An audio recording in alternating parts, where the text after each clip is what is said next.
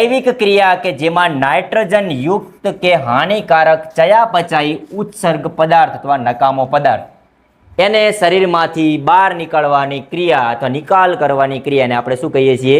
ઉત્સર્જન ક્રિયા.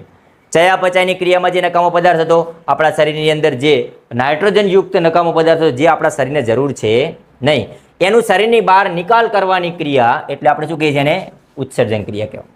તો મનુષ્યની અંદર આપણે ઉત્સર્જન તંત્ર વિશે જોઈશું. આપણા મનુષ્યની અંદર ઉત્સર્જન તંત્ર વિશે.